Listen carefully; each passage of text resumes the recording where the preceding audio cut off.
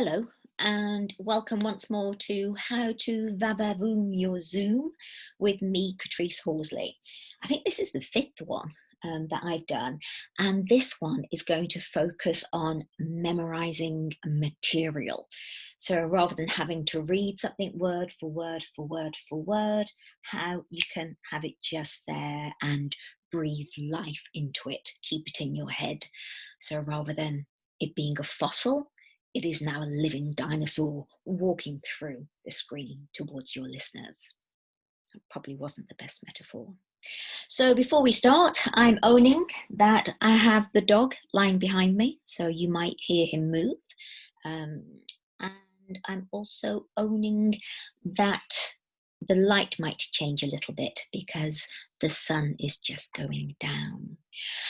Right then, now that I've told you all that, let's start with the first thing to do with memorizing material. And the technique that I'm going to share with you is one that a lot of storytellers use, or people who have to remember scripts in some way. And it's a really useful technique. Brilliant if you're teachers to use it when you're working with pupils as well. But for any of you that have to remember a big chunk of material, want it to be interesting, this is the way forward. And I'm going to do a screen share. So I have to remember all the advice I gave you on the last VaVaVoom about screen sharing. So the first thing I always start off with when I'm looking at making a piece of material my own is I start with symbols. I don't start with words. I use symbols to represent what I want to tell. So I'm going to share my screen with you now and show you something that I've been doing. And you will see it looks a lot like weird pictures. Can you see that?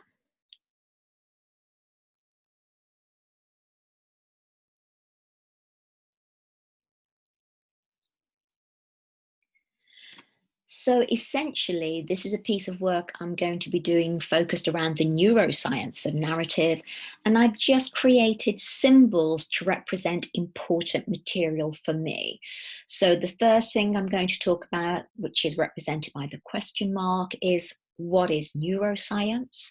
Then I'm going to go on to a piece of research that was done that looked at what happens to our brains when we read books, and how our brain, the thing that looks like a squash butterfly is a brain, how the brain reacts when we're listening to what characters in stories do. Then I'm going to talk about somebody who was on an aeroplane watching $1 Million Baby, and went on to do a huge amount of research around why we cry at movies. It's supposed to be a movie camera, although it looks more like a hairdryer. And then the findings that he discovered with regards to brain chemicals that are released, and then onto how those chemicals impact on us, then onto adverse childhood experiences, that's the triangle, and then onto a guy who did a lot of work, actually two guys who did a lot of work around those. And then the thing that looks a little bit like a squashed stick insect is something called a telomere. And then a woman who did some research around telomeres. And that's the last symbol. So that's how I start. First of all, I write symbols to mark milestones in what I'm going to be doing. So the first thing, start with symbols that mark the milestones through your presentation. Second step, add any essential text that you need. This will be names, dates, specific words that you think, oh, I might forget that. So write those down underneath the symbols. I think it's better to use different colored pens. So my symbols will be in one color, then the essential language in another color, and we're going to go through some various stages with this. By using different colors, it kind of triggers a different part of your brain into identifying and remembering on a slightly better level. So I'm going to do another screen share, and this is going to be the second stage where I put essential language in. And you will see, I think I've done it in a different color, if I remember correctly. Yes, I did. Wonderful. So you can see that I want to remember circuit board. That's the metaphor I use for the brain. Then the name Gregory Burns, who was at Emory University, who did that first lot of research. Then it was Paul J. Zak at Claremont Graduate School, who watched that movie Million Dollar Baby and looked at what chemicals are released when we listen to stories or see stories. And I've started to mark out, this is absolutely essential, that cortisol is the stress hormone, dopamine is the pleasure hormone, but that's setting large goals, something that we decide we're going to do and we work towards it. And when we've achieved it, we get a surge of dopamine. And then oxytocin is the cuddle and the trust chemical that's released. And it's also, I know, the chemical that's released when we breastfeed and when we orgasm. And it makes us trust and come closer to the people who we're with. And the little diagram underneath that is money, because he found that if people had watched a movie that was to do with that promoted oxytocin, like a feel-good little movie, people were more likely to give money to charities after they had watched the movie. Then that links into ACEs, and then Vincent Folletti and Robert Ander were the two guys who did all the research on ACEs. And then I go down to the telomeres and I write down Elizabeth Blackburn's name. So I need to remember those essential names, essential language regarding brain chemicals and what's released. Back to me. So once I have started with the symbols, once I have added the essential text that I need, then I need to decide on what do I want to focus on myself personally? What do I need to work with? So I might need to work with my speed and pace when I'm talking, which I spoke about in the story structures VaVaVoom. I might need to work on descriptive language or metaphors, whatever it is, you know what your needs are. So you decide what is it that you need to develop during this presentation. And that's the third thing.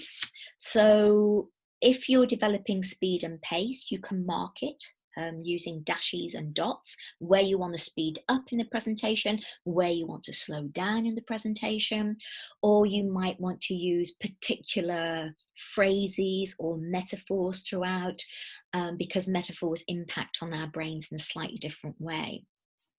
So this is so going against this flicking backwards and forwards with your screen share. But for this, I'm going to share the last image that I would do. And this is to do with what you want to develop.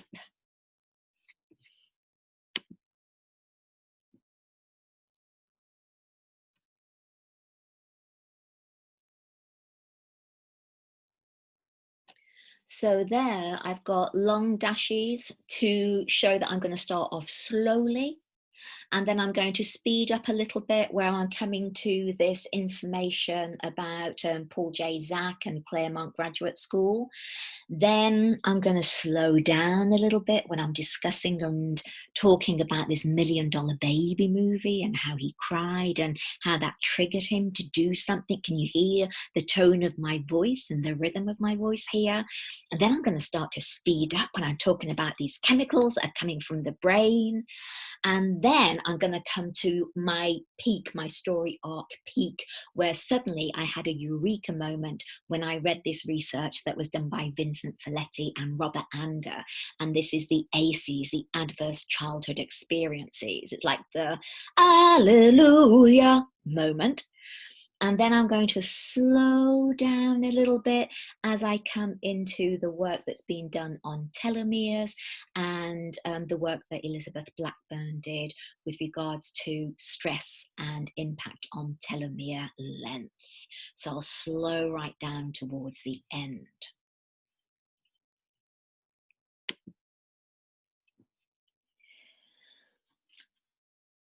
The other thing that I could do if I wanted to, and this would be the fourth thing, is change the tone of my voice during the presentation and mark that.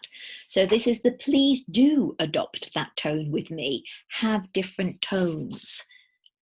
So in the presentation, I might just do a big asterisk in the middle to remind me to go from this voice, this high voice, to something a little bit deeper and something a little bit more important.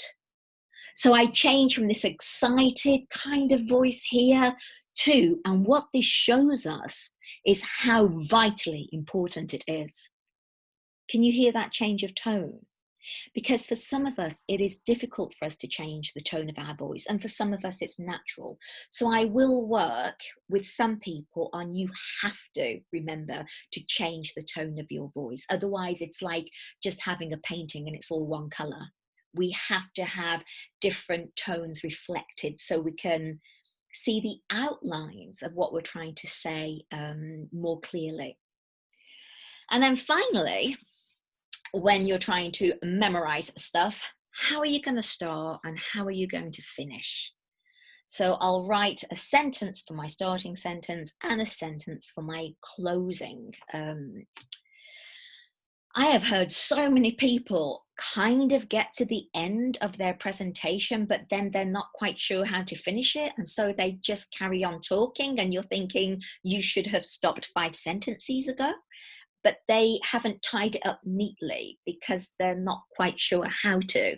So it is as important to have a closing sentence as it is to have an opening sentence.